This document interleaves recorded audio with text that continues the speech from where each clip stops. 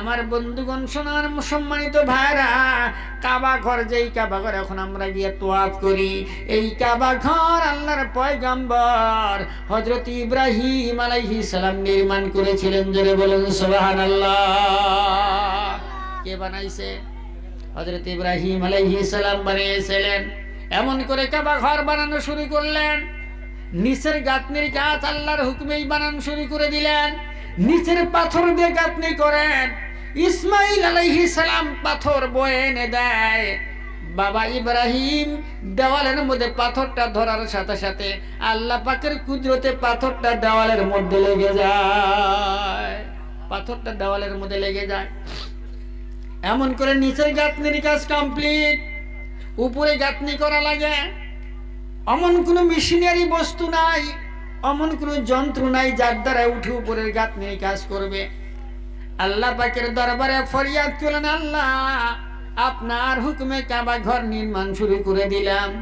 নিচের গাঁথনির কাজ কমপ্লিট করলাম, উপরের গাঁথনির কাজ করার মতন আমার কাছে সমর্থন নাই। আল্লাহ কিছু একটা ব্যবস্থা করে দেন। আল্লাহ রাব্বুল আলামিন হযরত জিবরাইল আলাইহিস সালামকে ডাক দিয়ে বলেন, জিবরাইল রে, যা যা আমার খলিল ইব্রাহিমের কাছে চলে যা। আর যাওয়ার সময় খালি হাতে যাবি না, জান্নাত থেকে একটা পাথর নিয়ে যারে জিবরাইল।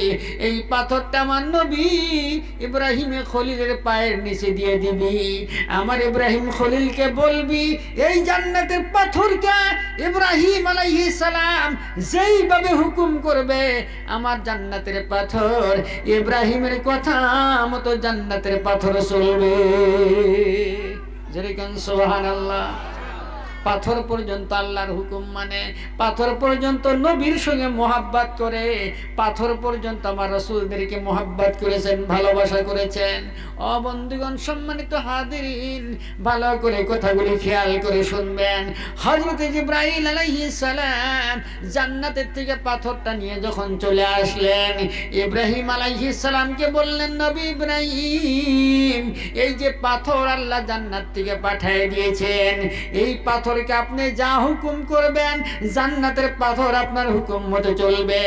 ইব্রাহিম আলাইহিস সালাম আল্লাহ জান্নাতের পাথরের মধ্যে যখন উঠে পড়লেন, ইব্রাহিম আলাইহিস সালাম পায়ে পা দুটি যখন পাথরের মধ্যে রেখে দিলেন, জান্নাতের পাথর আল্লাহর পয়গম্বরকে দেখে এত ভয় পেয়ে গেল বন্ধুরে।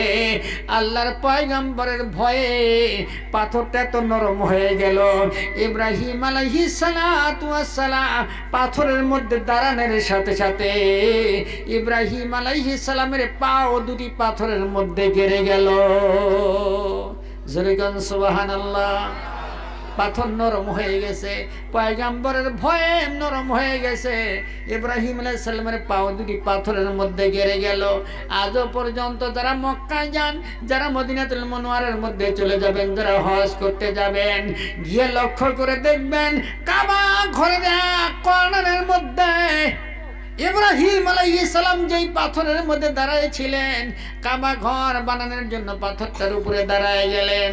ওই পাথরকে বললেন, পাথর রে, আমার নিয়ে একটু উপরের দিকে ওঠ। দেখা গেল পাথর আস্তে আস্তে করে ইব্রাহিমকে নিয়ে উপরের দিকে উঠতেছে। ও পাথর একটু নিচের দিকে নাম, আস্তে আস্তে করে নিচের দিকে নামতেছে। পাথর একটু ডাইনে যা, পাথর ডাইনের দিকে নিয়ে যাইতেছে। পাথর একটু বামের দিকে যা, ইব্রাহিম আলাইহিস সালামের কথা মতো জান্নাতের পাথর চলে। কাবা ঘরের গাঁথনির কাজ কমপ্লিট হয়ে গেল বন্ধু। ইব্রাহিম আলাইহিস সালাম পাথরের থেকে নেমে গেলেন। এবার জান্নাতের পাথর আল্লাহর কাছে ফরিয়াদ করলো, আল্লাহ গো, ও খুদা, তোমার পয়গম্বর আমি পাথরের মধ্যে দাঁড়াইল, তোমার পয়গম্বর এত সম্মানওয়ালা ব্যক্তি আমার মধ্যে দাঁড়ায় গেছে। আল্লাহ গো, আমাকে তুমি এমন করে হেফাজত করে দিও, যেই পাথর আমি পাথরের মধ্যে তোমার পয়গম্বরের পাও লাগলো, তোমার পয়গম্বরের কদমের চিহ্ন আমার পাথরের মধ্যে লেগে গেছে। আল্লাহ তুমি আমাকে এমন করে হেফাজত করে দাও, দুনিয়ার কোনো মানুষ যেন আমার মধ্যে পাও না দিতে পারে। পাথরের দোয়া আল্লাহ কবুল করে নিলেন। বর্তমান পর্যন্ত যারা কাবা ঘরে হজ করতে যাবেন গিয়ে দেখবেন কাবা ঘরের এক কর্নারের মধ্যে সৌদি গভর্নমেন্ট এমন সুন্দর করে পাথরটা গ্লাস দিয়ে স্বর্ণ দিয়ে বান্ধা রাখছে, এমন সুন্দর প্যাকেট করে রাখছে, বাইরের থেকে তাকাইলে পরে আপনি দেখতে পারবেন, গ্লাসের বাইরের থেকে যখন লক্ষ্য করবেন আপনি দেখতে পারবেন বন্ধু আজও পর্যন্ত ইব্রাহিম আলাইহিস সালামের দুটি পায়ের চিহ্ন ওই পাথরের মধ্যে লেগে আছে। কিয়ামত পর্যন্ত ওইভাবেই পাথরটা ওখানে থাকবে। জোরে কোন সুবহানাল্লাহ, নারায়ে তাকবীর। আল্লাহর পয়গম্বরকে পাথর পর্যন্ত সম্মান করেছেন।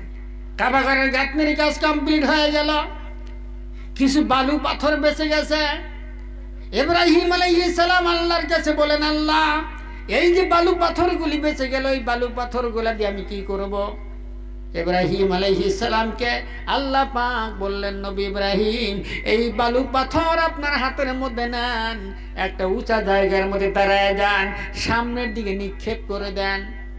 ইব্রাহিম আলাইহিস সালাম বলেন, আল্লাহ আমি তো পাথর বালুগুলা সামনের দিকে নিক্ষেপ করলে আমার সামনেই পড়বে, দূরে তো যাবে না, আর নিক্ষেপই বা কেন করব? আল্লাহ রাব্বুল আলামিন বলেন, ইব্রাহিম আপনি বালু পাথরগুলো আপনার হাতের দ্বারা সামনের দিকে সরাইয়া দেন। আপনার হাতের থেকে এক একটা বালুর কণা, এক একটা পাথরের টুকরা আমি আল্লাহ রাব্বুল আলামিনের কুদরত তামাম দুনিয়ার মধ্যে ছড়ায় দিব। জোরে জোরে কোন সুবহানাল্লাহ। ইব্রাহিম আলাইহিস সালাম বলেন, আল্লাহ এই পাথরের টুকরাগুলো বালু কোনাগুলো দুনিয়ার মধ্যে ছড়ায় দিলে লাভটা কি হবে, ফায়দা কি হবে? আল্লাহ রাব্বুল আলামিন বলেন, নবী ইব্রাহিম আপনি ভালো করে জেনে রাখেন, ভালো করে শুনে রাখেন, এই যে আপনার হাতের মধ্যে যেই টুকরাগুলা এগুলা হলো আমার কাবা ঘরের অংশ, পাথরের টুকরা এগুলা হলো আমার কাবা ঘরের অংশ। বালুর টুকরাগুলো আপনার হাতের থেকে ধরে নিয়ে তামাম দুনিয়ার মধ্যে আমি ছড়ায় দিব।